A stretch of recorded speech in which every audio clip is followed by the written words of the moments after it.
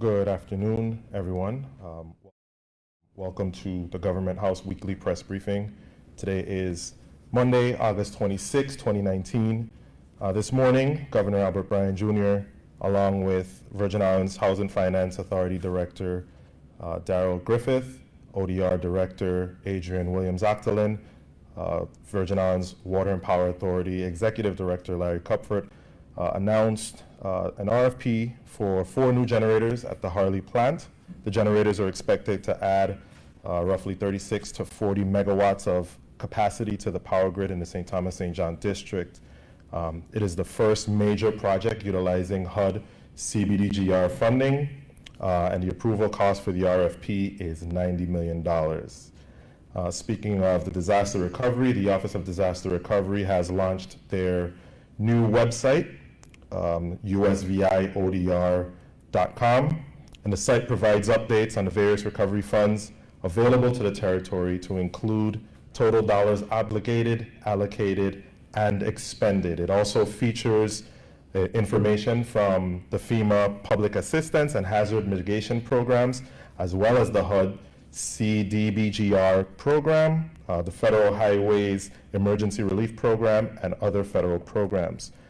The site will also provide current information on the status of recovery projects in the territory, provide employment opportunities, and also list recovery-related RFPs and other solicitations. Next, we have an update on Tropical Storm Dorian. VITEMA and the Virgin Islands government remains actively engaged in ensuring the territory's preparedness for hurricanes and other disasters, and have been actively monitoring Tropical Storm Dorian. All of the emergency support functions are at this time engaged. FEMA Incident Management Team, or also known as IMAT, is on the ground and at the emergency. There are curfew passes that are being processed currently. However, those passes are only for businesses at this time, so you can still go to VITEMA to get your curfew passes, only if you are a business, of course. And so that's the update there. So the tropical storm is currently forecast to pass about 150 miles south of St. Croix, expected to pass sometime around Wednesday afternoon. It is not anticipated to develop into a Category 1 hurricane until Thursday morning, when it is around the vicinity of Puerto Rico. There currently is no watch or warning in effect for the territory at this time. However, we would like to share 10 quick tips with the viewing and listening public on ways that they can continue to ensure that they're best prepared for a hurricane. Number 1, stay informed with credible sources.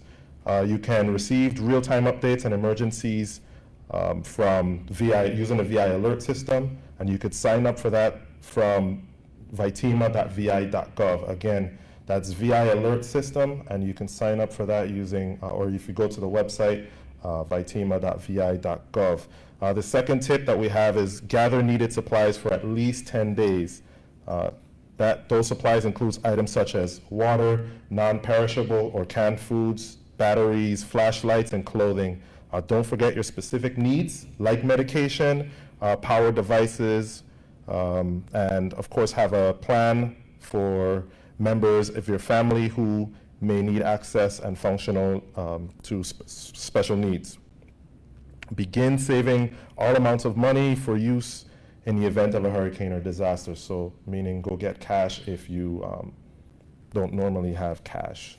I think that was a lesson that a lot of us learned after Hurricanes Irma and Maria. Check your insurance coverage to make sure you have enough coverage. Learn more about flood insurance by visiting floodsmart.gov is one of the recommendations of the Virgin Islands Territorial Emergency Management Agency. Protect and strengthen your home. Make sure that your home is in good repair and meets local hurricane building codes. Declutter drains, trim trees, secure loose outdoor items. I think these are all common sense ways, but we just want to make sure that the public has as much information as possible before an impending storm. Get to know your neighbors before an emergency strikes. Make sure they have a plan before and after a hurricane. Take photos of your home, property, and important documents to store them in a secure place in case you may need them after the storm if there's any damage to your house. Make an emergency plan. Ensure that your plan includes children, elderly, and those with special needs. Charge your cell phone and other electronic devices that are operated by a battery in case you lose power and do not have a standby generator. Perform regular maintenance and services on your standby generators. Familiarize yourself with how a generator operates, and never, never, never, absolutely never operate your generator, your standby generator, indoors. And lastly, keep your car in good working condition. Make sure you have adequate fuel in your tank. And so those are some common sense, practical ways that you can help prepare for and make sure that you're most prepared, you and your family, in the event of a storm. The last item on our agenda this afternoon is the Bureau of Motor Vehicles. They have a new initiative to ensure that all residents of the territory who do not have driver's licenses or passports receive some form of government identification. So they have what they're calling a Special ID Saturday, and that will begin on Saturday, August 31st, continue on Saturday, September 7th, and Saturday, September 14th. And this will be at all of the Bureau of Motor Vehicle locations on all 3 islands, and it'll be from 8 a.m. to 3 p.m. There is one note, however. St. John is at the St. John Bureau of Motor Vehicles, they will be doing the Special ID Saturdays only on the 7th and the 14th of September, and those hours are from 9 a.m. to 3 p.m. This is for individuals, again, who need a government ID. This is not for driver's licenses or real IDs. The Bureau is asking the public please not to come to the Bureau with any of those needs, as they only have a short number of staffing during those Saturday hours. So for more information, please go to the BMV's website at bmv.vi.gov or contact Kevin Dixon at 340-713-4268. And that extension is 1235. Again, that is Mr. Kevin Dixon. His number is 340-713-4268, and his extension is 1235. I take some questions from the media at this point, if anyone has any. Yeah, the special ID. Robert. I'm sorry, Robert Moore with the VI Consortium.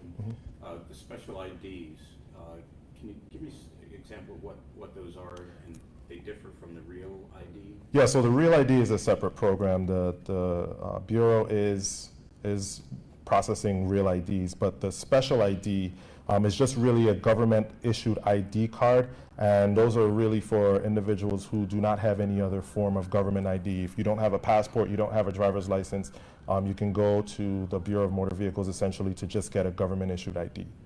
Yeah. Are those compliant for like travel? Yes, so that is, well, for identification. I believe they are compliant for travel as well. I know that after October 2020, I believe, traveling would require that you have either a passport or the real ID, federally recognized identification. So as of right now, you can use this special ID to travel, but the primary purpose of it is for government identification for individuals who do not have any other form of government identification. Any other questions? All right, well, I would like to thank you all for your time. That concludes our briefing this week. See you all next week. Thank you.